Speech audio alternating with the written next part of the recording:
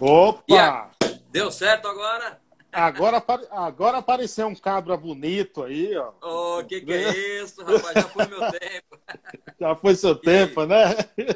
Tudo Tudo bem? beleza? Boa noite. Você me ouve bem? Me ouve perfeitamente aí?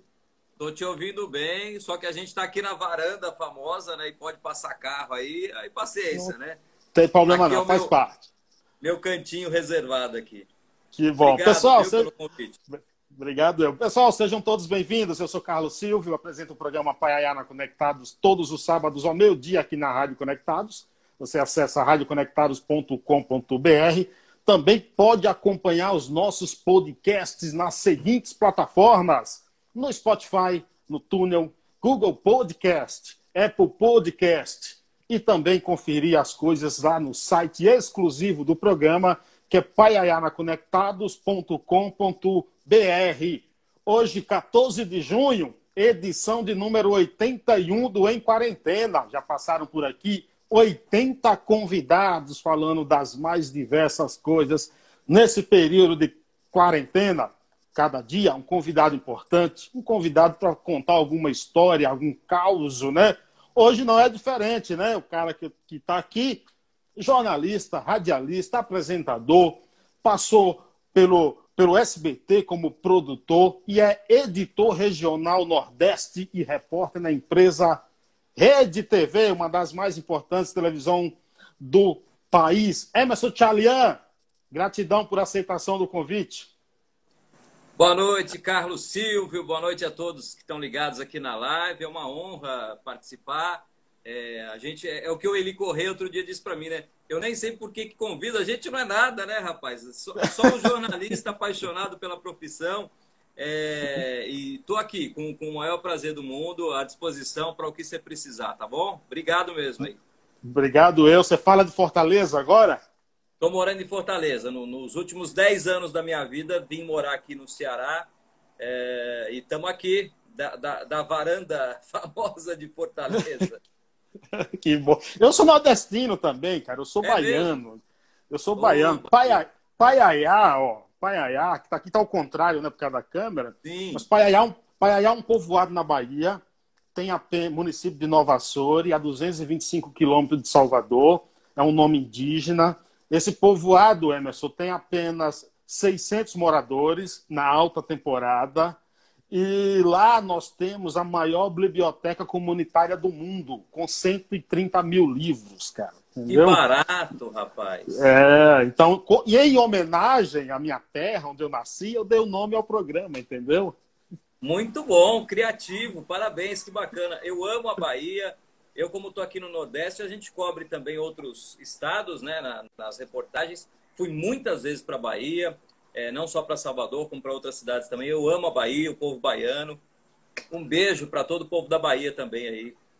Mas você é paulistano, é isso, Emerson? Sou paulistano da Penha, na Zona Leste, Da Penha. né? Um dos bairros mais tradicionais de São Paulo, onde eu nasci, onde eu passei toda a minha vida, até me mudar aqui para o Ceará. E aquilo que eu falo, eu saí da Penha, mas a Penha continua aqui, porque é um bairro muito querido, onde eu tenho minhas raízes lá e tantas histórias que a gente viveu lá. Por falar em raízes, o teu sobrenome, Tchalian, a pronúncia é assim, e é italiano? Rapaz, Tchalian é armênio.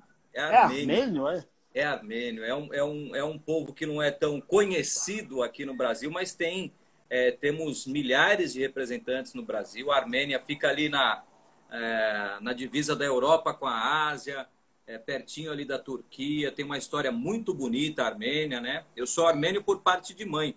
Eu sou a segunda geração só de brasileiros. Meus avós eram armênios, vieram para cá, para o Brasil. Nasceu minha mãe, depois eu nasci. Uma parte armênia e a outra portuguesa. A história da Armênia é muito linda. É um povo sofrido também. É o primeiro país cristão do mundo. Isso é muito bacana. Segundo a Bíblia, a Arca de Noé teria parado na Armênia, no Monte Ararat, que fica na divisa da Armênia com a Turquia. Hoje, essa área é reivindicada pela Turquia. Mas a Armênia é um país muito, muito rico em história.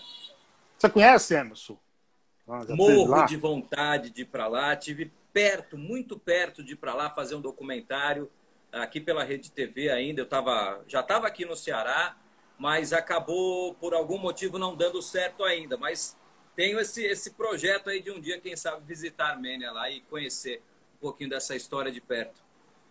Quantos anos na comunicação já, Emerson? Ah, rapaz, eu já tô... Olha o cabelinho aqui, ó. Eu também tenho cabelo branco. Também, ele denuncia a gente, né? É. Eu tô completando 25 anos de televisão, 25 anos de jornalismo, né? E sempre, basicamente, televisão eu fiz, né? Eu amo rádio, rádio é minha paixão, mas eu fiz pouca coisa em rádio, né? Por questão do destino mesmo, dos caminhos, né? Que eu tracei aí. A rádio acabou ficando só no coração, não desenvolvi isso profissionalmente muitas vezes. Foi bem pouquinho mesmo. Mas 25 anos de carreira aí e bastante coisa legal, boas e ruins para contar, né? Sempre tem, mas as coisas ruins servem também de aprendizado, para a gente ir corrigindo, né? Como diz o Mário Sérgio Cortella, a gente não aprende com os erros, a gente aprende com a correção dos erros, né? É isso, exatamente. Aliás, tem gente que fala, eu detesto errar, eu não gosto de errar de jeito nenhum. Eu penso ao contrário, é bom a gente errar. É bom a gente errar, porque é o que você disse, não que você vai aprender com o erro, mas você vai, a partir desse erro, você vai aprender a corrigir para que isso não aconteça mais. O erro é fundamental na nossa vida. Eu errei muitas vezes também, e todas as vezes que eu errei, eu aprendi e procuro passar isso também, né? A gente não é infalível, né? Não tem ninguém perfeito. Agora, você falou que tem já 20 e tantos anos aí de comunicação, mas é verdade que você era bancário? Cara, você sabe que a gente, quando quer realizar um sonho, não é de uma hora assim que você vai e realiza, né?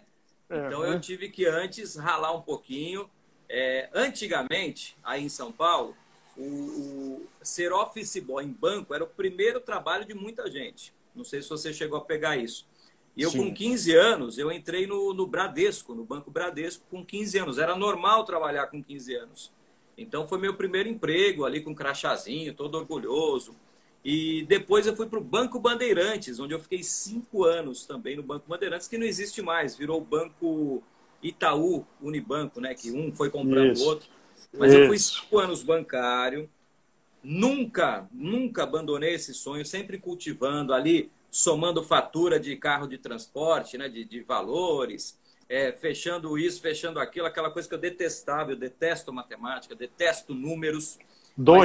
Somos dois. Cara, sou uma negação para matemática, mas convivi com isso, mas sempre pensando, um dia eu vou ser jornalista, um dia eu vou chegar lá, vou trabalhar numa televisão.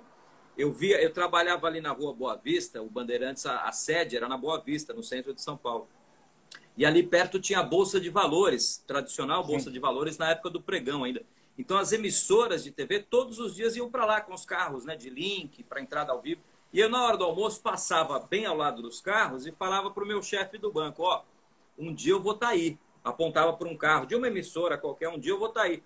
Meu chefe dizia, só se for para ser motorista. Eu falava, calma que você vai ver. Emerson, te interrompendo, você me lembrou a história do Chene também, cara. Eu bati um papo com ele. Anderson Chene, parceirão. Que ele falou, eu vou trabalhar na Rádio Globo ainda, e foi e trabalhou lá. Lembra a tua história também, entendeu?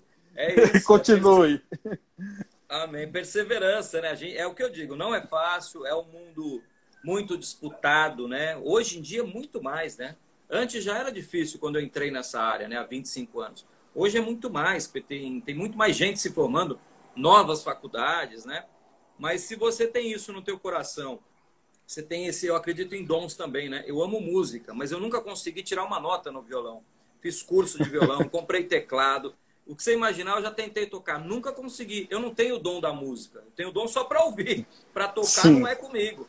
Então, mas o jornalismo, para mim, é um dom. Então, se você tem esse dom, acredita nele, você tem que lutar. Vai ser difícil. Não vai ser, né, estalar o dedo, você já vai conseguir. É assim, mas lute e não desista. Deixa eu dar boa noite para a galerinha que está chegando aí, né? Tá chegando um monte de gente aqui, ó. Ana Dias, boa noite para você. Fábio da Cunha, Edinaldo Nascimento, Marcelo Gomes, Deda Juca, aí, ó, João Sucris, Joana Dark. Boa noite a todos vocês aí, viu, gente? Obrigado. Eu estou hoje como convidado aqui do Carlos Silva. a Joana Dark cita até uma frase legal de Rubens Alves: ostra feliz não produz pérola. É isso. Pô, que legal, que legal. Agora, quando você começa na comunicação, qual é a tua primeira função a exercer dentro do jornalismo? Eu entrei, o primeiro lugar que eu trabalhei, eu me considero um cara abençoado, porque eu sempre sonhei em trabalhar no SBT, por causa do Silvio Santos. Isso aí eu não escondo, né? Eu sempre admirei demais o Silvio Santos e o SBT, por ser uma emissora popular, né, que sempre deu espaço para pluralidade e tudo mais. Então, meu sonho era o SBT. Eu mirei nisso, né? Aí, sim, consegui, estava no terceiro ano da faculdade, fui procurar lá, eu conhecia uma tia, olha só, uma tia minha conhecia um diretor lá do SBT. Eu descobri isso vendo o GC, no final do jornal, os créditos lá de um jornal. Aí ela falou, não, esse que aparece ali cresceu comigo. Eu falei, meu Deus, ele é diretor do jornal, vou ligar para ele. Liguei. Claro que o cara não quis me atender, né? Eu sou sobrinho da dona não sei o quê. Não, nunca quis me atender. E eu no banco. Chegou um dia que a história da persistência, né? Eu falei para a secretária dele, a Cleide, depois trabalhamos juntos. Falei, Cleide, avisa o diretor aí que eu estou faltando hoje o meu trabalho no banco para falar com ele aí. Ela ficou desesperada. Não faça isso, pelo amor. Falei, não, só avisa, eu estou indo para aí. Era na Vila Guilherme, o SBT na Zona Norte. Aí ela, espera um pouquinho. Aí esperei e tal, ela falou, ó, pode vir que ele vai te receber. Aí fui para lá com a cara e a coragem, eu estava no terceiro ano de faculdade, né? Ainda na faculdade, falei para ele, ó, eu quero trabalhar aqui, quero trabalhar no SBT, quero ser jornalista dessa equipe, me dá qualquer função que você tiver aqui que eu aceito.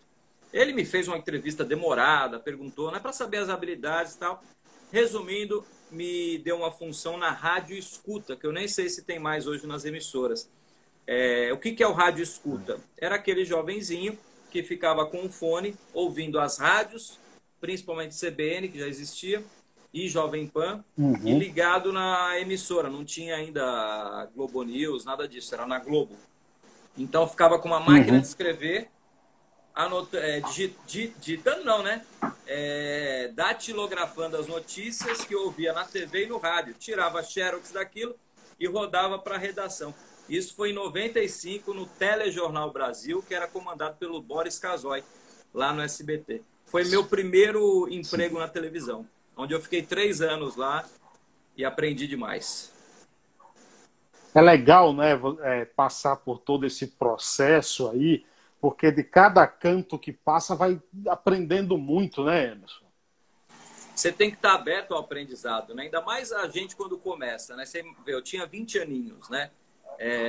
Entrei no SBT, aquele sonho. Quando eu vi o Boris Casoy pela primeira vez passando no corredor ali da Vila Guilherme, eu não acreditava que eu estava vivendo aquilo, né?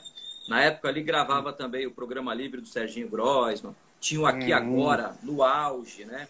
E eu naquele corredor, cruzando aquele povo todo, Gil Gomes, Carlos Cavalcante. Aí no TJ Brasil que eu entrei, tinha Heraldo Pereira, Zileide Silva, Mônica Waldvogel, Juliana Morrone, o Boris, Tonico Ferreira. Meu Deus, que seleção que tinha. E eu, molequinho lá.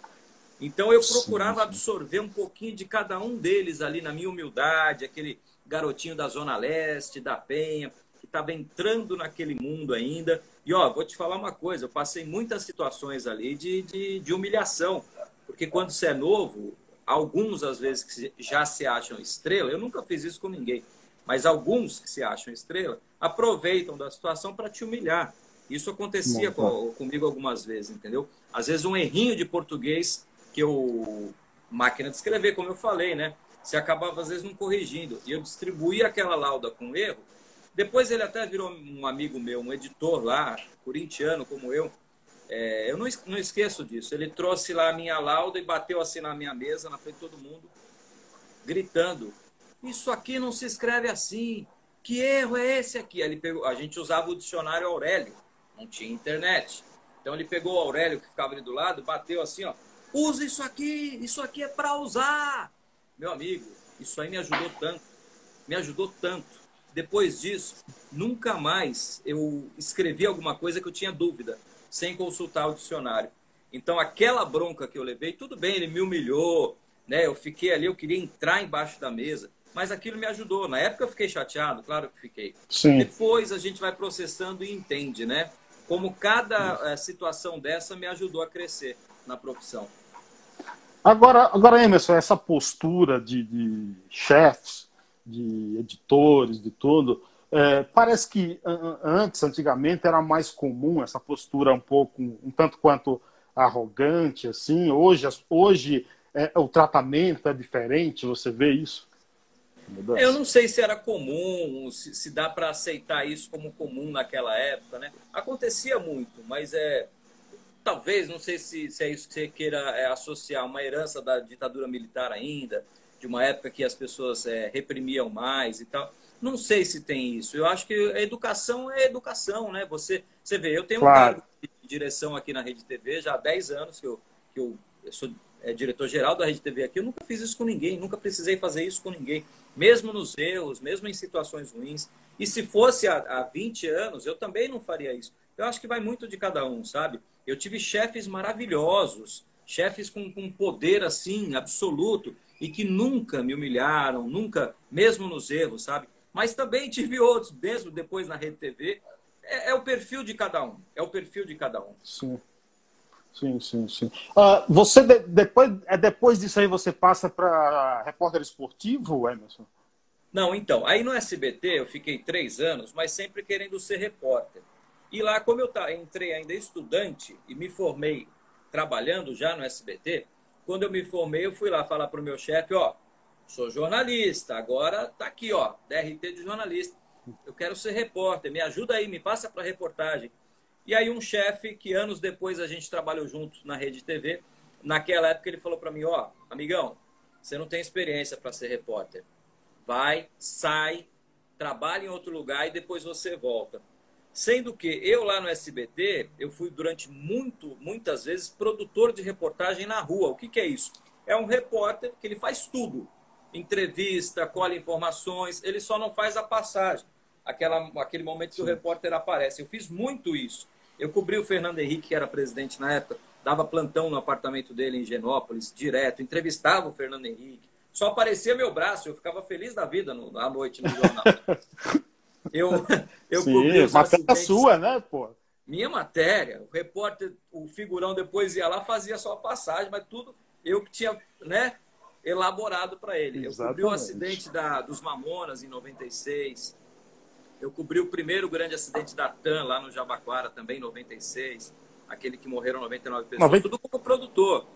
Então, eu só não fazia a passagem. E o cara vem dizer que eu não tenho experiência para ser repórter.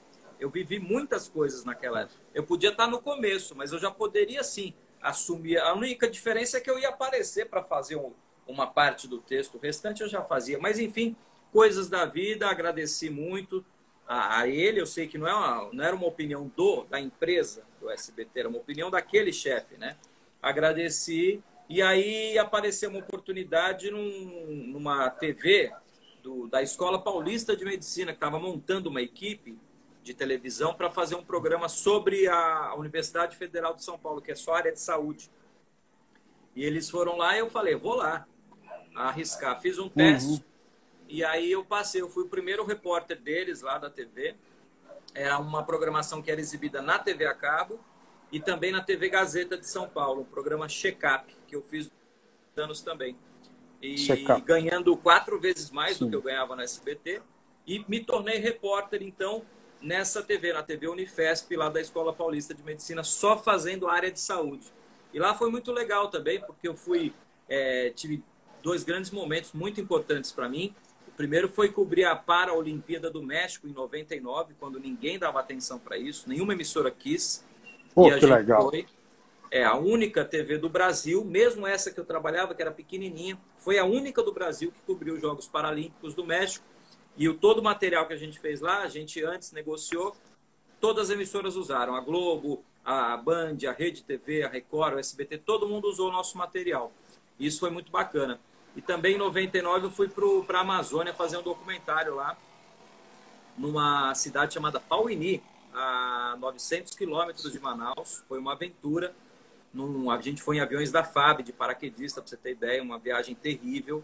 E passamos uma semana lá. Então, assim, o que eu vi lá e o que eu vivi lá também me marcou demais. Então, foram 3 anos na TV Unifesp até ir para a Rede TV, porque daí eu tinha alguns sonhos. Trabalhar no SBT, realizei. Ser repórter, realizei na TV Unifesp. Só que eu queria ser repórter esportivo. E aí a Rede TV, no comecinho dela lá, em 2001, tinha a equipe do Cajuru, do Juca Kfouri, né? E estava começando também no esporte. Aí eu falei, o quê? Você... Vou fazer... Perdão, pode falar. Não, desculpe, conclua. Aí eu peguei minha fitinha VHS com um materialzinho meu, inclusive usei alguma coisa lá do México. Levei lá, na época, o diretorzão era o Alberico Souza Cruz, que tinha saído da Globo, do Jornal Nacional, foi para a Rede TV, entreguei lá para ele, para o Terence, que era o chefe de esporte, e eles falaram, beleza, se tudo der certo a gente te liga. No dia do meu aniversário, dia 9 de janeiro, me ligaram da Rede TV, sua fita foi aprovada, você pode vir trazer seu documento que você vai trabalhar aqui no esporte com a gente. Meu Deus do céu. Foi a maior alegria do mundo, né? E entrei na Rede TV em 15 de janeiro de 2001. Que legal, que legal. Emerson, você falou aí nas Paralimpíadas, né, do México, né? Eu estava conversando outro dia com o Elvídio Matos, que já cobriu 6 Olimpíadas, 7 Copas do Mundo. E até o ano passado, ele e o jornalista Assis Ângelo fazíamos um programa no YouTube, né? No canal no YouTube.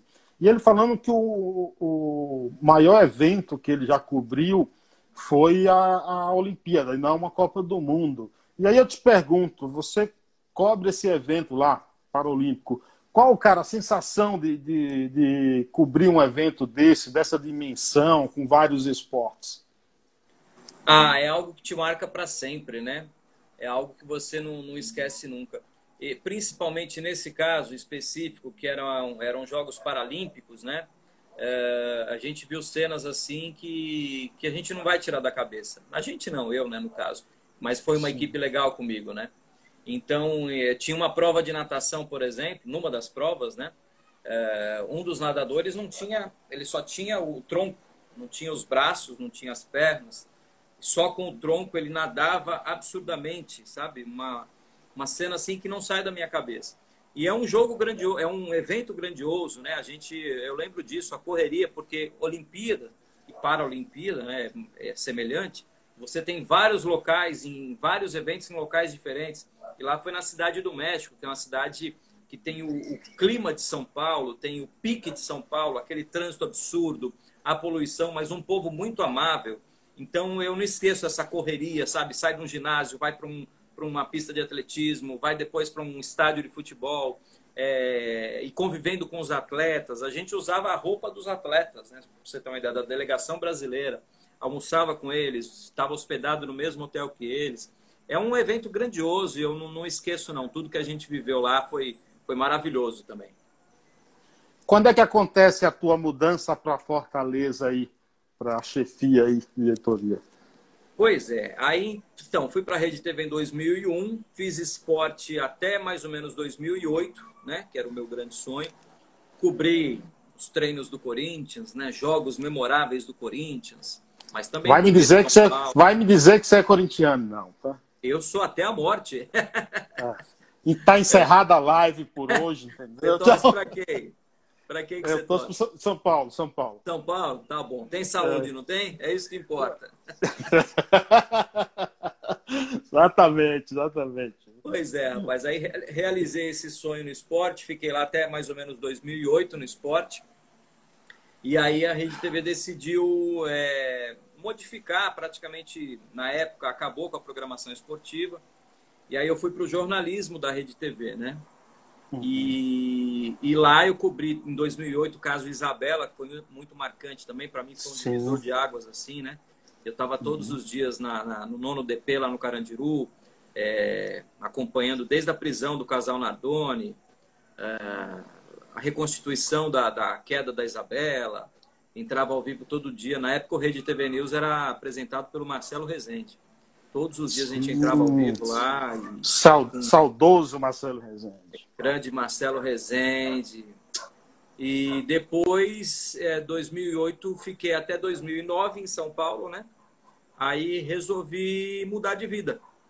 Tinha já a Rede TV aqui em Fortaleza, como também tem em Recife, né? E a gente estava meio que esgotado do estresse de São Paulo. Eu tinha filhos pequenos, né? E a gente pensou em vir para cá. Eu falei com a direção na época. Demorou um pouquinho, mas depois aprovaram. E aí eu vim para cá em novembro de 2009, onde estou até hoje, aqui na Rede TV Fortaleza, que é emissora própria, não é afiliada, né? É emissora própria da Rede TV. Agora, Emerson, é verdade que você já passou por algumas histórias engraçadas, tipo um cinegrafista que não parava de rir em velórios? Que história foi essa, rapaz? Rapaz, de onde é que você tirou isso aí, hein, meu? De onde é que você tirou? Cara, me contaram, entendeu? Mas assim, mas a pessoa que me contou, você sabe, eu não devo revelar a fonte, né? Me contou. Aí falou, confirma com ele para ser verdade, para contar, vai que de repente ele tá a fim de contar essa história. Você está muito bem informado, rapaz. Gostei de ver, viu? Essa história é verdadeira, verdadeira demais. Que história é essa, rapaz? Foi uma matéria, um momento triste, né? A morte de um grande narrador que a gente tinha em São Paulo, né? Do rádio. Fiore Gigliotti, né? Genial, genial. Admirei, cresci também ouvindo. E o Fiore Gigliotti morreu e eu fui fazer a cobertura do velório dele, né, do sepultamento. E justamente nesse dia caiu comigo, a gente não tinha cinegrafista fixo, né? Cada dia era um amigo que ia com a gente. Nesse dia foi o Gringo, que é o paraguaio mais brasileiro que tem, meu grande amigo até hoje. É o Cabeção. O Gringo nasceu no Brasil, foi criado no Paraguai, ele fala guarani muito bem. E o Gringo tinha um problema. Ele não podia ver morto, que ele ria. Ele tinha ataque de riso de ver um corpo. Eu fui descobrir isso só naquele dia. Cara, que hora? Que hora para descobrir? Que hora para descobrir, né? Bom, eu falei com todo respeito, né, com o filho do Fiore, para dar uma entrevista, para falar daquele momento triste e tal. Aí ele veio, né, se afastou do caixão, a gente foi para uma área ali externa. E quando eu começo a fazer a pergunta ali para o filho do Fiore sobre a morte do pai, o Gringo começa a gargalhar, olhando a câmera. Meu amigo, eu não tinha como disfarçar, porque como é que eu vou, né? Numa situação dessa, você solta uma piadinha para o entrevistado, ri e se recupera. Sim. Eu não tinha como justificar nenhuma risada ali naquele momento, né? Meu amigo, foi um dos piores dias da minha vida. Eu segurei aqui, porque não dá. Seu colega rindo, né, do seu lado, sim, a câmera, ele segurando e começou a fazer barulho. Eu juro para você, eu fiz a pergunta, eu estava rezando para ele responder rápido e eu já dar tchau, obrigado e sair fora. Foi constrangedor. Ele viu que a gente estava numa situação ali de riso e tal e não deu. O Gringo não pode ver um corpo, uma pessoa morta, que ele dá risada. E eu passei maus bocados.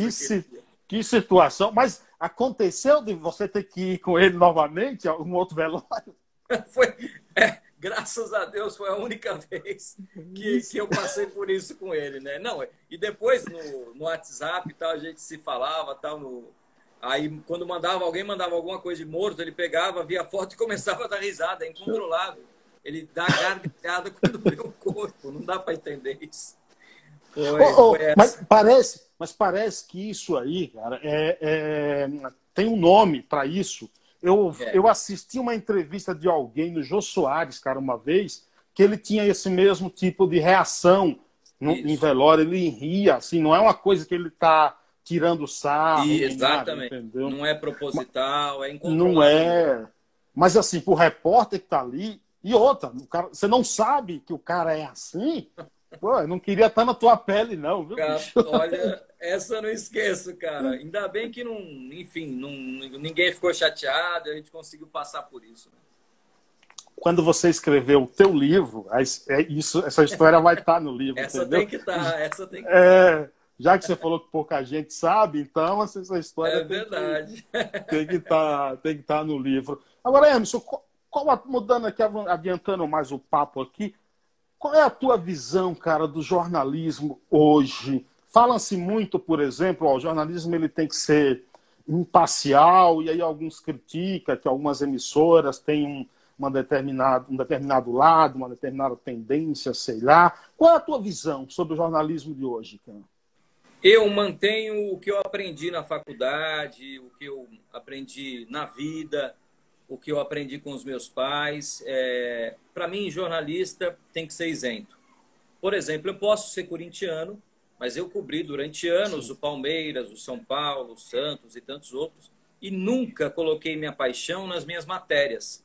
Nunca coloquei isso nos meus textos, nas minhas perguntas para os jogadores e técnicos que eu entrevistei. Ali eu era o jornalista, o profissional. Isso nunca me atrapalhou. Eu sempre busquei a isenção, de verdade. O mesmo eu digo na política. Eu não sou partidário de um ou de outro. Eu não gosto desse político ou daquele. Eu não vou defender um político porque ele se alinha mais com a minha... Eu, como cidadão, eu tenho pensamento, eu tenho Claro. a minha consciência política, né? Mas eu não posso usar isso na minha profissão. Então, por isso, eu não me manifesto politicamente. Eu não sou daqueles que têm um político de estimação, seja da direita ou da esquerda. Eu não tenho. Eu tenho que manter o meu compromisso com a minha profissão e com quem acompanha a gente. Hoje, na verdade, é o seguinte, jornalismo isento, jornalismo, não profissional, jornalismo isento, imparcial, é uma utopia, infelizmente. A gente com dor no coração que eu digo isso, mas é muito... Isso historicamente. Os jornais nasceram assim, antes, né? Só existia jornal, né? A imprensa escrita, né? Eles nasceram assim, sempre com algum interesse por trás, sempre com algum grupo protegendo, e isso durante os anos se manteve. Claro que a gente tem que ficar alheio a tudo isso, mas nem todos os colegas conseguem, nem todos mantêm essa posição. Alguns preferem abertamente, né, atacar um lado ou defender outro lado. E eu acho que é um momento muito triste da nossa história jornalística, sabe?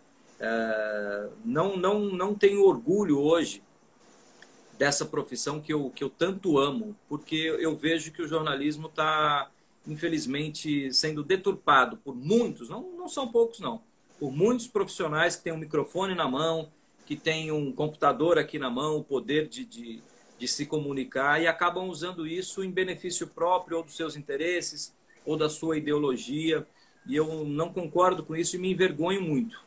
Toda vez que eu leio algum texto ou vejo alguma reportagem que persegue alguém, defende um outro lado, ou que omite alguma informação para proteger uma outra linha ideológica, então eu fico bem chateado com isso, porque o jornalismo não deve ser assim. Eu vou abrir aspas aqui para uma declaração sua.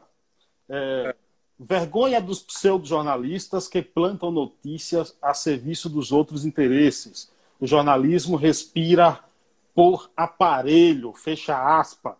Fale sobre isso. Rapaz, você é dos meus, viu? Você tá muito bem, cara. É isso aí mesmo. A gente tem que pesquisar para fazer entrevista. Gostei de ver, cara. É isso aí. Eu falei isso no Instagram aqui, numa publicação do Joel Datena, o filho do Datena, né? O Joel, que está muito bem lá na Band. E era naquela situação que alguém inventou que o Joel estava brigado com o Lacombe, os dois da Band, né? E alguém plantou essa notícia. Então eu li, mais ou menos em cima do que eu falei agora, eu li aquilo e fiquei indignado. O próprio Joel publicou uma foto, o Joel com o Lacombe, um de frente para o outro, assim, ó, estamos brigando, estamos brigados e tal. Claro, para brincar com a situação. Então é isso, eu quis dizer isso. Algumas pessoas plantam notícias ou para deturpar, ou para manchar ali o nome de alguém, ou para realmente só ganhar cliques, ganhar curtidas, né? Sim. Então, nem sei se são jornalistas, às vezes, sabe? Hoje em dia, qualquer pessoa pode escrever um texto na internet com uma foto e pronto, vira uma notícia, vira uma matéria. Então, é isso que eu quis dizer, bem em cima do que eu estava falando antes. O jornalismo respira por aparelhos por isso, porque hoje em dia as pessoas não checam a informação. Ninguém ligou para o Joel, antes de publicar, para dizer, Joel, você está brigado com o Lacombe? Lacombe, tem uma briga aí com o Joel, tá entendendo? Publicaram isso aí também, e essa frase boba que eu coloquei no Instagram, publicaram como notícia. Colocaram isso com destaque aí, aproveitando a popularidade do Siqueira Júnior, eu estou no programa Alerta Nacional que o Siqueira comanda, aproveitar, puseram lá, repórter do Siqueira, causa polêmica. Gente, é um outro absurdo. É a manchete atrás do clique. Eu não criei polêmica nenhuma. Escrevi no Instagram um pensamento meu ali, uma reflexão minha. Acabou, não é polêmica isso. E o cara fez, você deve ter lido aí, uma baita reportagem. Engraçado, eu até compartilhei, porque achei engraçado. Mas ninguém me ligou. Entendeu? Liga para mim. Ô, Tchalian, você falou isso aí? Pô, e aí, o que você pensa disso? Né? Vamos lá fazer uma entrevista. Pô, eu sou jornalista, meu. Eu nunca dou uma informação sem checar. Então, isso é triste, sabe? O mais engraçado da matéria é o seguinte, e deixa claro que o cara estava com a intenção de ter cliques, é que ele coloca como destaque, inclusive, a foto do Siqueira. Do Siqueira Júnior. Eu achei engraçado isso. Eu falei, pô, sabe, a gente não é idiota, né, cara? A gente tá nesse mundo faz tempo. Ele pôs lá o Siqueira, né, a foto do Siqueira, repórter do Siqueira e tal, para ganhar clique, para a pessoa abrir, ler. Cara, chega a ser engraçado, mas é triste, viu? Exato. Você acha que as fake news são o maior desafio do jornalismo hoje? Sem dúvida alguma. Não... Cara, e o pior é que tem gente estudada, gente experiente, que acaba caindo nessa. Eu recebo todos os dias fake news. Todos os dias, de um lado e do outro lado. Gente que quer manchar o governo e gente que quer manchar a oposição. São notícias grotescas, sabe? A pessoa não tem o mínimo cuidado de dar um Google. É tão fácil hoje, cara. É tão simples. Quando eu entrei no SBT, eu não tinha Google. Eu tinha uma lista telefônica que você não deve ter visto. Como que era aquela lista gigantesca. Um aparelho de discar, jornais. E aquela era a minha fonte. Eu tinha que ligar, buscar, até saber a verdade. Hoje a gente tem o Google. É tão simples achar notícia falsa, é tão simples checar, mas as pessoas não se dão ao trabalho. Se é a notícia que vai de acordo com a sua ideologia, a pessoa vai lá e compartilha. Se é de acordo com a ideologia do outro, que vai tornar aquilo lá negativo para o outro, ela vai lá e compartilha. Então esse é um grande desafio, porque a internet está aí. Não tem controle, cada um publica o que quiser, cada um compartilha o que quiser. Esse é um desafio terrível para a gente mesmo. Mas eu procuro sempre que me mandam, se é alguém que eu tenho uma certa intimidade, eu respondo e digo, é mentira, é fake news. Se eu não tenho intimidade e tal, vai gerar uma discussão, eu nem mexo com isso, eu deixo lá. Você usava aqueles telefones, rapaz, eu esquecia o nome dele, mas ele era meio tijolinho assim, tinha as teclas pequenas, assim, ruim de discar. Você usou aquilo ali? Também usei muito esse, usei demais. Eu esqueci o nome daquele telefone, rapaz. O nome eu não lembro, mas eu usei muito, cara. O telefone antigamente era um bem de consumo, né? Ele era vendido como... Era um investimento. Financiamento. Fazer um financiamento. É isso. Hoje fala-se muito que a imprensa vem sendo agredida, principalmente, cito até o governo. O newsletter, o Jornalistas e Companhia, ele fez uma edição especial, agora saiu dia 1º, dia da imprensa, com quase 100 depoimentos de jornalistas. Se quiser, eu vou até te mandar essa edição para você ler. Depoimento de grandes jornalistas, Silvio Lancelotti, Juca Kfouri, Cisângelo, um monte de gente. E um deles, que comenta lá, é o Maurício Menezes, que é da Rádio Tupi, também passou pela CNT. E ele diz o seguinte, abre aspas, que os que pensam diferente do atual presidente não se animem, porque os governos anteriores não foram muito diferentes. É preciso lembrar a frase lá, o povo não é bobo, abaixo a Rede Globo, e é preciso lembrar a tentativa de incendiar a revista Veja, fecha aspas. Você vê também dessa forma, que querer, por exemplo, achar que é esse governo apenas que agride a imprensa é um erro. O Carlos Silvio, a gente é agredido há muito tempo. Eu passei por várias situações já, cobrindo governos anteriores. Na verdade é o seguinte, a imprensa, via de regra, é o vilão atualmente. Ou é a vilã, né? Atualmente. Não importa qual seja o governo. A gente ia cobrir manifestações aqui, na época que o governo era do PT, e eu tinha nojo de participar como jornalista, como repórter, porque em vários momentos você era desrespeitado. Não sabem ou não conseguem entender que a gente está ali para trabalhar, para registrar, mas aí entra aquela outra história, né, de quando um certo veículo é tendencioso, todos os outros pagam, né? Então olhavam para mim, não sei o quê, Globo lixo, por exemplo. Eu não sou da Globo. Eu estava com meu microfoninho da Rede TV ali e era agredido verbalmente. Passei situações assim de virem, encarar, e sai daqui, não sei o quê, tal. Não é exclusividade desse governo. Hoje está acontecendo isso também. Na prisão do Lula em São Bernardo do Campo, colegas nossos, tem uma imagem terrível de um colega nosso da Rede TV, uma imagem do alto, ele sendo realmente chutado, o repórter e o cinegrafista nosso, lá em São Bernardo, sendo chutados lá daquele dia em que o Lula foi preso pela Polícia Federal. Não é exclusividade, mas não importa qual seja o governo, é sempre triste, é sempre lamentável isso. Você vê o Caco Barcelos, eu não tenho nada contra nem a favor da Rede Globo. Ela faz o trabalho dela lá e condene quem quiser, elogie quem quiser. É uma emissora de TV e deve ser respeitada por isso. O Caco Barcelos, quantas vezes foi expulso de manifestações? Aí os colegas da Globo passaram a não usar mais o microfone, passaram a não chegar mais próximo dessas manifestações. Eu estou dizendo daquela época lá, tá? No movimento do impeachment da Dilma e tal. Então não é uma coisa de agora, né? Para quem está vivendo isso hoje, é importante que saiba. A imprensa vem sendo desrespeitada há muito tempo e não justifica isso. Não adianta querer dizer, mas a emissora tal mente, a outra emissora fica ali querendo só denegrir e tal. Não adianta querer dizer isso. Não justifica nenhum tipo de violência. Não é assim que você vai resolver, agredindo um profissional. Acontecia comigo em São Paulo, na época do esporte. Quantas vezes eu fui xingado no Palestra Itália, antigo, né, Palestra, hoje Allianz Parque, do Palmeiras. Eu levei cusparada na cara no Canindé, no estádio da Portuguesa. Saindo de um jogo da Portuguesa, cuspiram na minha cara. E eu nem revelava meu time na época. No Morumbi, aconteceu comigo.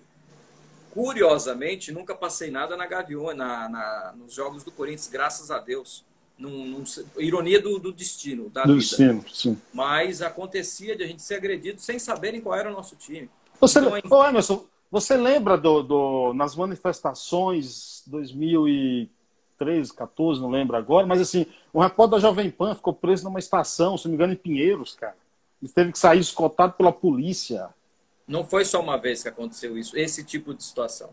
Não foi só uma vez. Isso é triste. Isso é triste. O profissional que está ali, ele não é melhor que ninguém. Vamos deixar bem claro. Ele não é melhor que ninguém, mas nem ele, nem o cara ali, o senhorzinho que está vendendo água na manifestação, não merece ser violentado.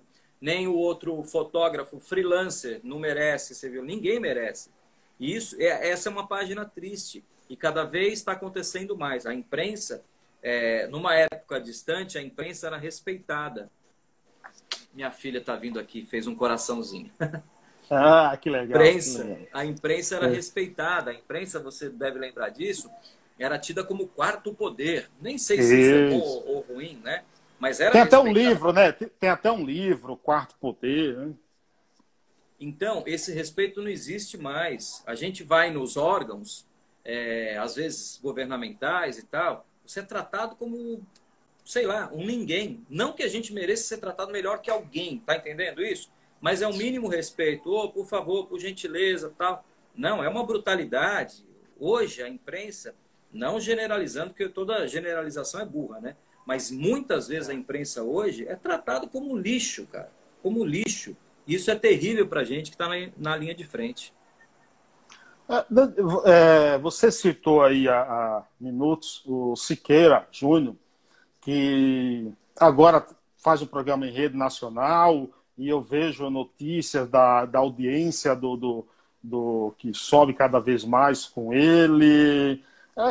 Fale um pouco aí do Siqueira, rapaz, do Siqueira. Ele parece ser aquela pessoa que, ao mesmo tempo que demonstra uma certa, entre aspas, brutalidade, assim, mas tem um coração muito bom, né, o Emerson?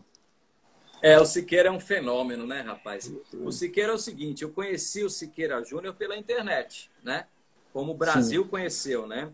Os vídeos dele viralizaram, e aí o Siqueira começou a fazer participações em programas, né, de rede nacional, foi no Danilo Gentili, foi no Pânico, na rádio, né, Jovem Pan. Isso. E aí ele começou a ficar conhecido do grande público. Mas aqui no Nordeste, o povo daqui já o conhecia antes, né? Ele já teve programa na TV, numa afiliada nossa aqui de Alagoas, né? Teve também numa afiliada da Paraíba, TV Arapuã. E aí ele foi para Manaus, na TV A Crítica, e teve esse casamento, graças a Deus, aí com a Rede TV, que foi muito bacana. E aí eu passei a conhecer esse Siqueira aí do convívio diário, né? Mas a gente nunca se encontrou pessoalmente. O que eu sei do Siqueira é basicamente o que o público que acompanha sabe, né? Claro que eu já conversei com ele fora do ar, por exemplo, aqui nessa varanda, fazendo teste de áudio antes de entrar ao vivo, né? E aí, Tchalian, tudo bem e tal, mas aquela coisa bem superficial mesmo, né? A gente não troca ligações, porque o Siqueira é um cara que tem uma vida bem atribulada também, né? Para ficar batendo papo, enfim. Mas ele é um cara que o pouco que eu conheço dele, assim... Obrigado, Cláudio. Grande abraço para você aí. Joana Dark. A Joana está acompanhando tudo aqui, ó. A Joana está direto com a gente. Valeu, Joana. Fica com a gente aí, que eu estou falando umas groselinhas aqui, hein? O Carlos está dando espaço. Corrija aí o que ele falar de errado. Imagina, isso aí. Aqui é só com o coração, é só com o coração. Pois é, e o Siqueira eu estou descobrindo agora... Esse ser humano também, além de uma baita figura, ele é um cara que é um jornalista, um crítico de TV do UOL, escreveu esses dias que ele é o maior fenômeno da TV dos últimos 20 anos. E não tenha dúvida disso. O que o Siqueira faz hoje, a gente viu talvez no Aqui Agora, do SBT, quando eu comecei lá, até nos anos 90, a gente viu no Ratinho, né, quando o Ratinho começou também, no final dos anos 90. Então, é um estilo novo do politicamente incorreto de se fazer jornalismo e televisão. E eu acho um grande barato, com todo respeito a quem defende o politicamente correto, que eu acho um saco. Eu acho bacana poder brincar com as palavras, poder tirar sarro um do outro. Igual acusam o Siqueira de ser homofóbico, né? Mas ele tem pelo menos 3 repórteres na equipe nacional assumidamente gays. Acho que até o pessoal do elenco ali tem um que não é? Talvez também tenha no elenco, e cada um dá o que quiser, né? É isso aí, cara. E você poder falar disso abertamente na televisão, brincar com isso, é demais. Eu, no começo do programa, eu estava acostumado ali com as minhas entradas ao vivo a seguir um roteirinho, né? A bolar algum texto aqui na cabeça, que eu nunca fui de ler ao vivo, né? Aí eu bolava um texto, eu falei, peraí, gente, não precisa disso. O programa é isso aqui, ó. Aqui a linguagem do povo. Eu vou dar uma notícia, vai de um bandido que foi morto, ou uma lotérica que foi assaltada. É entender a história e repassar essa história para o público. É isso que o público gosta, é a linguagem do povo. Aconteceu isso, aconteceu aquilo, olha aí, Siqueirinha, vê só, o cara se deu mal e não sei o quê. Essa é a linguagem do povo. Então, Siqueira está conquistando isso. Antônio Carlos, um abraço para você aí, viu? Antônio Carlos está na área. Boa noite também. Opa, acho que é Antônio Carlos, né? Tá, Carlos 2020 aí. Então, o Siqueira está quebrando esse paradigma, né? A gente tem os programas tradicionais policiais, estão há anos aí, com altos índices de audiência, né? Mas o povo, com todo respeito, eu tenho amigos em todos aqueles programas lá da Record, da Band, mas o povo, de repente, está vendo algo novo, né? Eu acho até que aquele jeito dele, ao apresentar um programa policial, deixa até mais leve o programa. Né? Com certeza, com certeza. E aí é uma outra coisa que eu aprendi também. Você vê, 25 anos de profissão, a gente está sempre aprendendo. Isso que é ótimo, eu adoro. como lidar com isso, né? Porque, por exemplo, eu ia dar uma notícia triste de uma morte. Morte normalmente é triste, né? E aí o Sim. Siqueira vinha fazia uma piada, entendeu? Na pergunta, ou quando eu devolvia para ele. Aí, pô, você acabou de falar de uma morte ali. O cara faz uma brincadeira, você vai rir. Na minha cabecinha, eu falava, caramba, será que eu posso rir? Será que não vai pegar mal, né? Aí quando você vê que ele comemora, eu sei que muitos não gostam, mas comemora quando tem um bandido morto. Falei, caramba, se eles brincam ali, batem o bumbo, tem musiquinha, quando tem um CPF cancelado, se eu der uma É, risada, ninguém vai me condenar também, né? Mas esses sim, conflitos no começo ficavam na cabeça, é engraçado, né? exatamente. É. Rick também chegou por aqui. Ó. Boa Oi, noite, Henrique, Emerson. boa Tá aqui noite. acompanhando a gente. Emerson, a relação, cara, de jornalista e a fonte deve ser o quê? Uma relação. Deve ser amigo, jornalista da fonte? Como é que você Não, vê? de maneira alguma. Aliás, eu acho que, acho não, tenho certeza que atrapalha se você ficar amigo da sua fonte. Você tem que ter uma relação de jornalista, fonte, fonte, jornalista e só, deixar bem claro isso. Não pode ultrapassar esse limite. Se você virar amigo da sua fonte, você pode até ter uma fonte que seja seu amigo, mas não vai ser mais fonte, ele vai ser seu amigo, tá entendendo? Claro. Não dá para associar as duas coisas. Porque uma hora ou outra você não vai ser justo. Ou para um lado ou para um outro, se o cara é teu amigo e é sua fonte também. Essa relação é muito delicada, você tem que saber o limite certinho ali. Tem situações assim que eu já passei de a fonte me pedir dinheiro, por exemplo, sabe? Isso aí eu não aceito. Cara, Não existe isso. Pagar para você fazer uma entrevista, pagar para você ter uma informação. Tem gente que faz. Tem gente grande, que paga, às vezes, uma grana alta para conseguir alguma coisa. Mas eu, assim, meus princípios, eu não aceito isso. Precisei fazer uma vez na vida, porque não tinha outra escolha. Vou te dar o exemplo aqui. A gente tem exceções, né? Não defendo, aham. mas olha só, é o momento que eu precisei fazer isso. Embora não concordasse. A gente foi para Garanhuns fazer a história dos canibais de Garanhuns. Lembra disso? Hum. Caras Sim, que mataram lá as meninas, sim, depois sim. fizeram coxinha com a carne humana, uma história terrível. A gente conseguiu uma exclusiva com o canibal, o Jorge, que está preso lá em Pernambuco, e a gente foi para lá uns dias antes para recontar a história em Garanhuns e em Olinda, onde ele tinha matado as meninas. E a gente chegou na casa onde ele matou a primeira menina, só que uma outra pessoa estava morando lá. Chamei o senhor lá, ele falou, não, aqui ninguém entra, não vou falar nada e tal. Eu falei pro meu câmera, fica gravando de longe, eu conversando com ele, o que é normal, né? A gente Sim. faz isso, é um recurso que a gente usa, né? Você sabe. E aí ele ficou gravando, tal, eu falando, tá. Aí nada. Falei, tá, vou fazer uma imagem daqui de fora, tá, tudo bem. Aí fui conversar com o câmera, meu cinegrafista, ele falou, vamos dar uma grana pra esse cara? Quem sabe ele abre pra gente. Falei, nem pensar. Não, cara, nós estamos aqui. Pô, saí de Fortaleza para Recife, é uma viagem, cara. Hotel, a É. TV bancando, né? Tudo isso, esse gasto. Ele falou, a gente vai vir aqui e não vai conseguir? Falei, caramba. E essa era uma casa emblemática, onde ele tinha enterrado a menina, restos da menina na parede da casa. Falei, tudo bem, mas eu não pago. Você dá? Porque eu não queria eu ter esse ato, entendeu? De eu pagar Aham. pro cara. Não, tudo bem, eu tenho aqui e tal. Falei, tá bom, depois eu te reembolso lá em Fortaleza. Aí eu voltei lá, falei, ô, meu senhor, mostrei, né? O câmera mostrou dinheiro para ele. Será que não dá para o senhor ajudar a gente? Não, cara, a hora que ele viu a R$ 50, a hora que ele É. viu a nota, não, tudo bem, pode entrar. Na hora, impressionante, na hora. Pode entrar. Eu falei, então tá bom, então peraí. Aí eu vou fingir que eu tô chegando agora, o senhor vai liberar pra gente. É aquela coisa, né, de Sim, reportagem. sim, E sim. aí a gente entrou na É. casa, ele mostrou tudo, mostrou lá onde o cara tinha enterrado os restos da menina. Foi terrível. Mas foi a única vez que a gente, Uma, eu pelo menos, usei esse uma, recurso. uma exceção, né, Emerson? Uma exceção, né, para É, conseguir informação. tem que ter a exceção. Ninguém é perfeito, né? Mas eu não concordo, não. O Rick assiste Você, já o programa desde... Como é que é, Rick? Rick Sane. Desde o dia que ele disse que lançou. Pô, obrigado, Rick. ó, ele fala que você é engraçado, Tô entendeu? nada, cara. É, Eu tenho você um faz, bom humor, só isso. Cefas Maurina diz: Emerson, amo você, você é um profissional excepcional. Obrigado. Beijo pra você, Cefas Maurina, Cefas. Obrigado, viu? Só faço o que eu amo. Joana Dark, beijo também, obrigado, viu? Mas eu gostaria, cara, de agradecer por essa aula de jornalismo aqui. Imagina. Que bom aprender contigo aqui, cara, esse Não, bate-papo, cara. Só um bate-papo, só um bate-papo. Muito legal. Cara, é muito bom falar de jornalismo, falar dessa área que a gente tanto ama e com quem também gosta, que eu sei que você gosta. Sempre, sempre. Então, cara, muito obrigado mesmo por ter disponibilizado esse tempo de conversar aqui comigo. Depois esse vídeo vai para os podcasts, vai para o YouTube, te mando o link também. Sinto-me honrado em bater esse papo contigo, viu?